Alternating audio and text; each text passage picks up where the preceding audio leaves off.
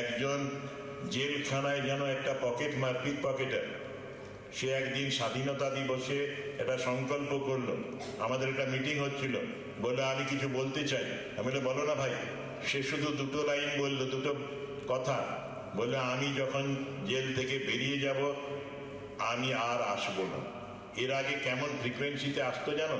প্রত্যেক বৎসরে মিনিমাম 3 বার জেলে ঢুকতো, আবার বেরিয়ে যেত।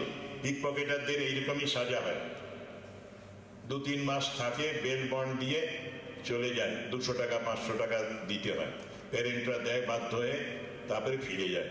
ও সংকল্প করলে আমি আর আসবো না। 5 বছর আমি ছিলাম, আরো 2 বছরে 6 বার দেখেছি তাকে জেলের ভেতরে। আমি জেলে লিটারেসি ক্লাস করতে যেতাম, সেলফ এমপ্লয়মেন্টের কাজ করতে যেতাম, হাতের কাজ শেখাতাম, আমরা হাতিয়ার তুলে দিতাম বেরোবার সময়, যাতে ওরা চুরি ডাকাতি না করে, স্বাবলম্বী হয়। সেই ছেলে সে বলল আমি আর আসবো না। আমি রিলিফ করতে যাচ্ছি, মানিকচক হয়ে ভুতনি যাব। সেই সময়ে জল খাবার জন্য গাড়িটা স্টপ করেছি, দাঁড় করিয়েছি, ছুটে এলো সেই ছেলেটি। তা আমি চিনতে পারিনি।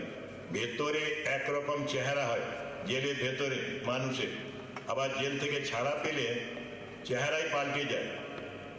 তো ওকে ফিরে যখন এলো ছুটে বাগানের ভেতর থেকে, বললো মহারাজ আমি আপনাকে হেল্প করতে পারি?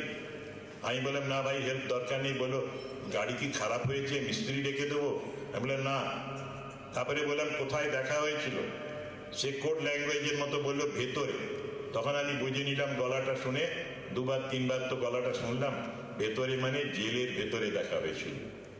জেলের ভেতরে 6 বার দেখা হয়েছে, তারপর থেকে আর দেখা হয়নি। তো বললো দেখুন, আমি যখন বেরিয়ে এলাম আমার কাছে কিছু পয়সা ছিল, সেই পয়সা জেলারের কাছে ছিল। আমি সেই পয়সা দিয়ে কয়েকটা ছোট ছোট বই এনেছি।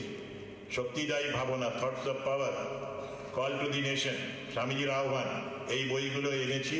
এইগুলো এখন অবসর সময় পড়ি, আর বাগানের কাজ করি, বাগান পাহারা দিই, রাত দিন প্রায় আমি কাজ করি। এখন 10 থেকে 12 হাজার টাকা রোজগার করি, আমার আর ওই কুপথে যাওয়ার প্রয়োজন হচ্ছে না। অদ্ভুত আমাকে আলাদা করে বলল যে, আমরা গাড়িতে কয়েকজন ছিলাম, 5-6 জন, একান্তে সে বলল মহারাজ আমি রাস্তা পেয়ে গেছি।